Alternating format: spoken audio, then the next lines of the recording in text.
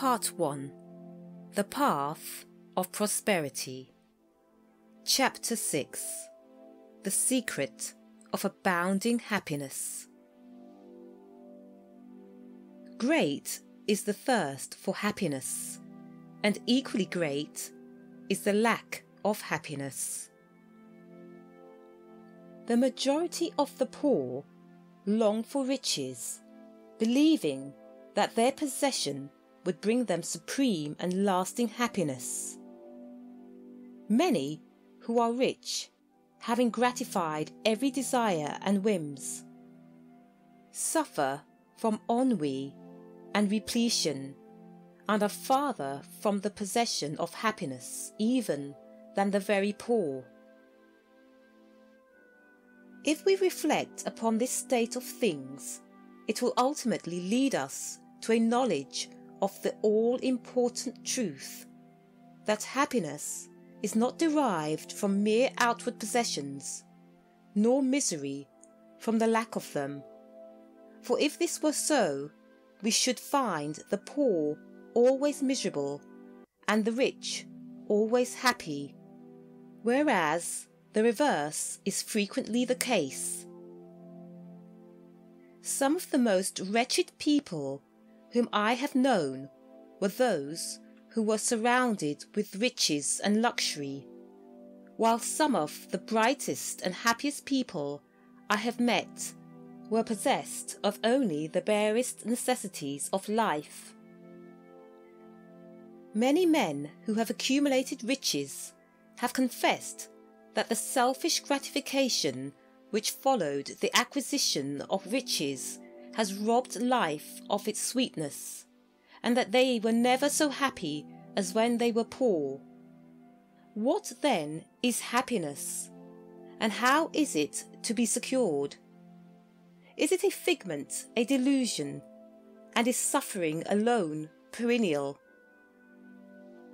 We shall find, after earnest observation and reflection, that all, except those who have entered the way of wisdom, believe that happiness is only to be obtained by the gratification of desire. It is this belief, rooted in the soil of ignorance and continually watered by selfish cravings, that is the cause of all the misery in the world. And I do not limit the word desire to the grosser animal cravings. It extends to the higher psychic realm, where far more powerful, subtle, and insidious cravings hold in bondage the intellectual and refined, depriving them of all that beauty, harmony, and purity of soul, whose expression is happiness. Most people will admit that selfishness is the cause of all the unhappiness in the world, but they fall under the soul-destroying delusion that it is somebody else's selfishness and not their own. When you are willing to admit that all your unhappiness is the result of your own selfishness, you will not be far from the gates of paradise. But so long as you are convinced that it is the selfishness of others that is robbing you of joy, so long will you remain a prisoner in your self-created purgatory. Happiness is that inward state of perfect satisfaction which is joy and peace, and from which all desire is eliminated. The satisfaction which results from gratified desire is brief and illusionary, and is always followed by an increased demand for gratification. Desire is as insatiable as the ocean, and clamours louder and louder as its demands are tended to. It claims ever-increasing service from its deluded devotees, until at last they are struck down with physical or mental anguish, and are hurled into the purifying fires of suffering. Desire is the region of hell, and all torments are centered there. The giving up of desires is the realization of heaven, and all delights await the pilgrim there. I sent my soul through the invisible some letter of that afterlife to spell, and by my soul returned to me and whispered, I myself am heaven and hell. Heaven and hell are inward states. Sink into self and all its gratifications, and you sink into hell. Rise above self into that state of consciousness, which is the utter denial and forgetfulness of self, and you will enter heaven. Self is blind, without judgment, not possessed of true knowledge, and always leads to suffering. Correct perception, unbiased judgment, and true knowledge belong only to the divine state, and only insofar as you realize this divine consciousness can you know what real happiness is. So long as you perish in selfishly seeking for your own personal happiness, so long will happiness elude you, and you will be sowing the seeds of wretchedness. Insofar as you succeed in losing yourself in the service of others, in that measure will happiness come to you, and you will reap a harvest of bliss. It is in loving, not in being loved, the heart is blessed. It is in giving, not in seeking gifts, we find our quest. Whatever be thy longing or thy need, that do thou give. So shall thy soul be fed, and thou indeed shalt truly live. Cling to self, and you cling to sorrow.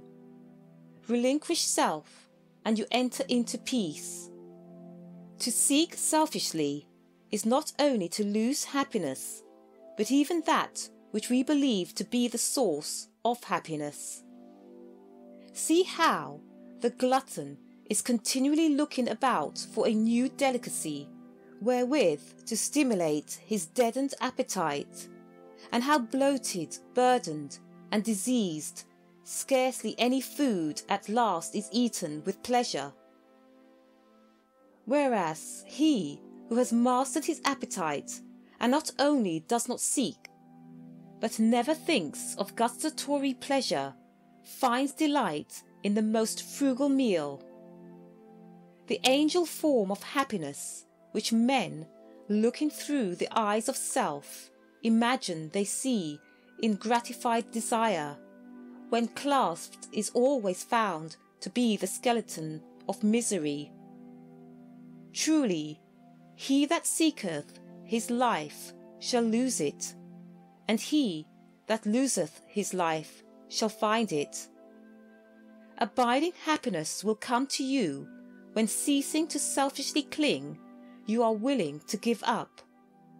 When you are willing to lose, unreservedly, that impermanent thing which is so dear to you, and which, whether you cling to it or not, will one day be snatched from you, then you will find that that which seemed to you like a painful loss turns out to be a supreme gain.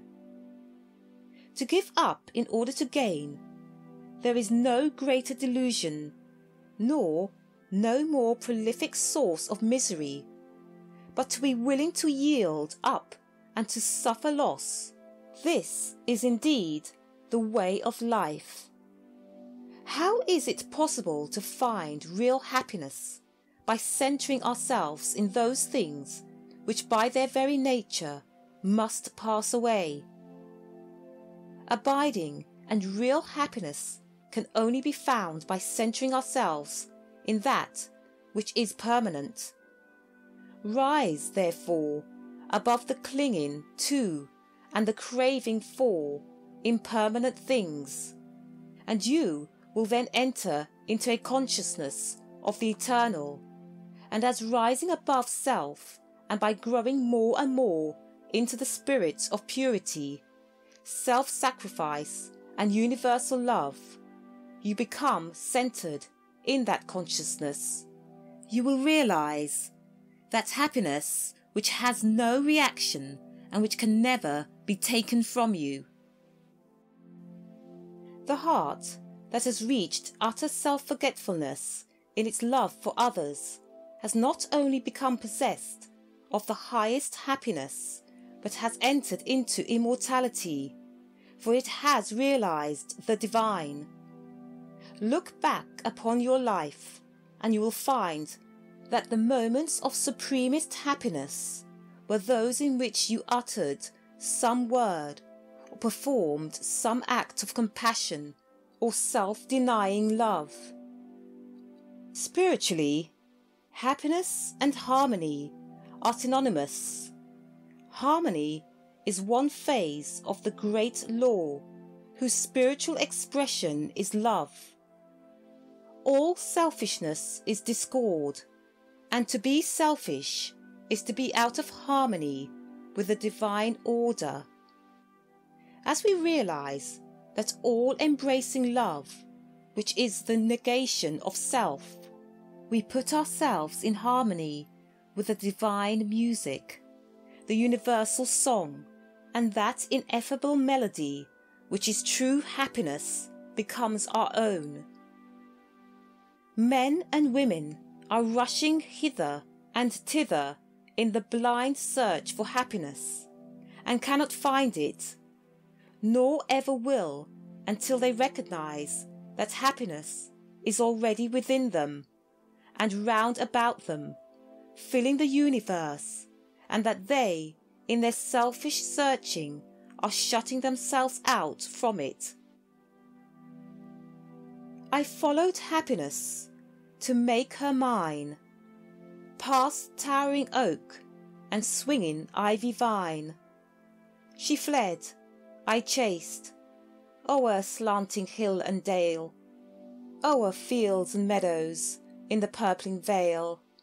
Pursuing rapidly o'er dashing stream, I scaled the dizzy cliffs where eagles scream. I traversed swiftly every land and em, but always happiness eluded me. Exhausted fainting, I pursued no more, but sank to rest upon a barren shore. One came and asked for food, and one for alms. I placed the bread and gold in bony palms. One came for sympathy, and one for rest. I shared with every needy one my best. When lo, sweet happiness, with form divine, stood by me whispering softly, I am thine. These beautiful lines of Burleigh's express the secret of all abounding happiness. Sacrifice the personal and transient, and you rise at once into the impersonal and permanent. Give up that narrow cramped self that seeks to render all things subservient to its own petty interests, and you will enter into the company of the angels, into the very heart and essence of universal love. Forget yourself entirely into the sorrows of others, and in ministering to others, and divine happiness will emancipate you from all sorrow and suffering. Taking the first step with a good thought, the second with a good word, and the third with a good deed, I entered paradise. And you also may enter into paradise by pursuing the same course. It is not beyond, it is here. It is realized only by the unselfish. It is known in its fullness only to the pure in heart.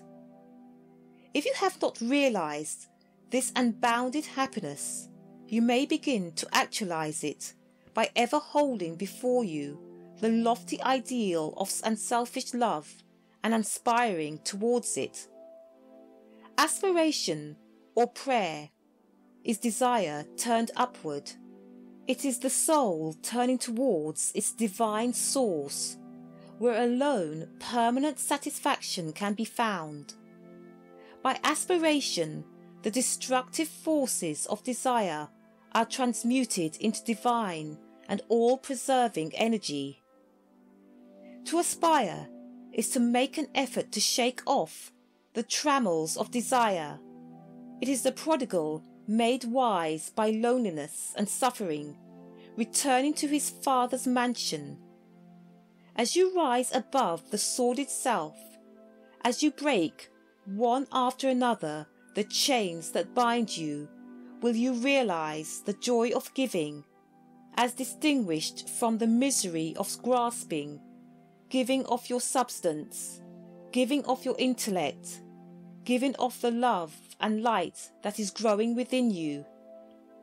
You will then understand that it is indeed more blessed to give than to receive, but the giving must be of the heart, without any taint of self, without desire for reward. The gift of pure love is always attended with bliss. If, after you have given, you are wounded because you are not thanked or flattered, or your name put in the paper, know then that your gift was prompted by vanity and not by love, and you are merely giving in order to get, when not really giving but grasping. Lose yourself in the welfare of others, forget yourself in all that you do. This is the secret of abounding happiness. Ever be on the watch to guard against selfishness, and learn faithfully the divine lessons of inward sacrifice. So shall you climb the highest heights of happiness, and shall remain in the never-clouded sunshine of universal joy, clothed in the shining garment of immortality. Are you searching for the happiness that does not fade away? Are you looking for the joy that lives and leaves no grievous day? Are you panting for the waterbrooks of love and life and peace? Then let all dark desires depart and selfish seeking cease. Are you lingering in the paths of pain, grief-haunted, stricken soul? Are you wandering in the ways that wound your weary feet the more? Are you sighing for the resting place where tears and sorrows cease? Then sacrifice your selfish heart and find the heart of peace. End of chapter 6.